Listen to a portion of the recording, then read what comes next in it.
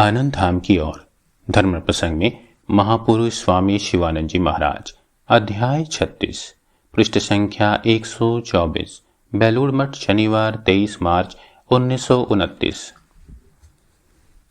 इस अध्याय के पूर्व भाग में हमने सुना था कि मठ की शाखा केंद्र से आए एक वृद्ध सन्यासी द्वारा जब महापुरुष महाराज के स्वास्थ्य के बारे में पूछताछ की गई तो महापुरुष महाराज ने बतलाया था कि शरत महाराज के देह त्याग के उपरांत उनका मन ही टूट गया था और वह भी इस देह को त्यागना चाहते थे, लेकिन ठाकुर की इच्छा कुछ और ही है और ठाकुर ने महापुरुष महाराज को इस संसार में जबरदस्ती रख दिया है। आइए अब हम इस वार्तालाप को आगे सुनते हैं। मठ से आए वृद्ध सन्यासी आगे कहते हैं, ऐसा कहिए महाराज, ठाकुर की जैसी इच्छा होगी वैसा ही होगा।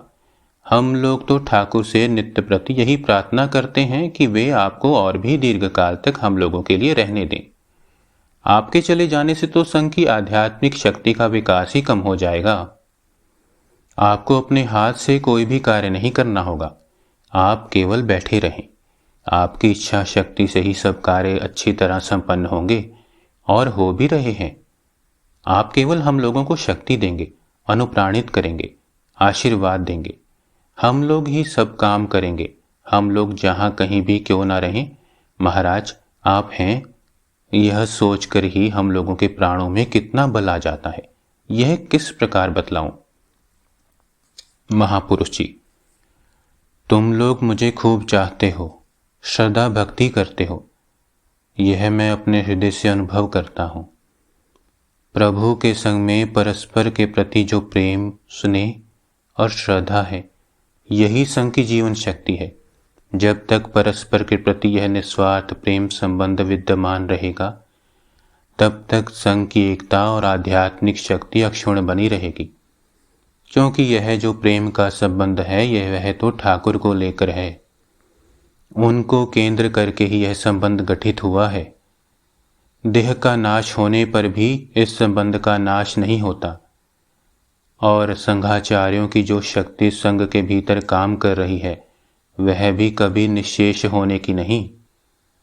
यही देखो ना, स्वामी जी, राजा महाराज, बाबूराम महाराज, हरि महाराज, शरत महाराज, ये सभी एक एक करके देह छोड़कर चले गए, किंतु उससे क्या? उन लोगों पर हम सबकी जो स्नेह श्रद्धा थी, उनमें क्या कुछ कमी हुई है? उनकी जो आध्यात्मिक शक्ति थी, वह क्या नष्ट हुई है? और वह क्या कभी नष्ट हो सकती है? नहीं, कभी नहीं। वे लोग अभी भी हैं और उनकी शक्ति भी विभिन्न आधारों के भीतर से ठीक कार्य कर रही है।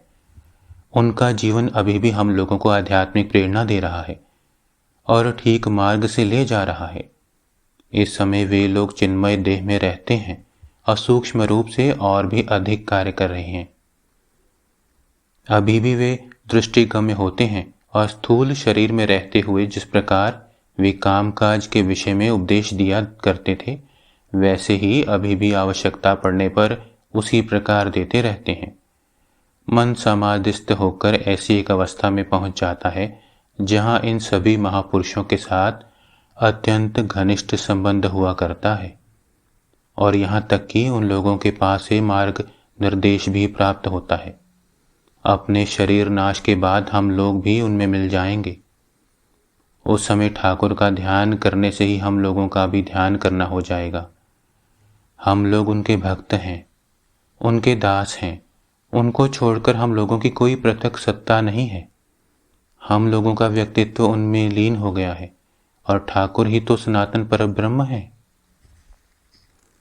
सन्यासी, हम लोग तो महाराज स्थूल जगत में हैं। हम लोग आपको स्थूल रूप से ही पाना चाहते हैं। इसके अतिरिक्त हम लोगों का मन भी इतनी उच्च अवस्था में नहीं पहुंचा है। ठाकुर को तो हम लोग देख ही नहीं पा रहे हैं।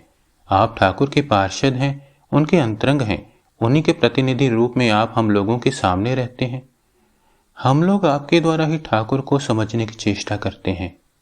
आपके पास प्रार्थना करने पर हम लोग मन में सोचते हैं कि हमारी प्रार्थना ठाकुर के पास पहुंच गई। महापुरुष जी, जो हमारा शरीर चला जाए तो भी तुम लोगों के साथ जो संबंध है वह कभी जाने का नहीं। मैं खूब आशीर्वाद देता हूँ, तुम लोग खूब आगे बढ़ जाओ। भक्ति, विश्वास और प्रेम पवित्रता से तुम लोगों का हृदय परिपूर्ण हो जाए। तुम लोगों के द्वारा जगत का बहुविध कल्याण हो। ठाकुर तुम लोगों को ठीक परिचालित करेंगे, खूब शक्ति देंगे। ठाकुर और स्वामी जी आए थे जगत के हित के लिए। नूतन आध्यात्मिक आलोक देकर समग्र जगत को शांति की गोद में बैठा देने के लिए ही तो उन्होंने नरदेह धारण की थी, और उनके उस युग प्रवर्तन के लिए ही स्वामी जी ने संघ का गठन किया था। स्वामी जी जिस आदर्श का प्रचार कर गए हैं उसका ग्रहण समग्र जगत को क्रमशः करना ही होगा। समग्र जगत में शांति स्थापना के लिए दूसरा मार्ग है ही नहीं। ओम श्री राम कृष्णार्पणमस्तु।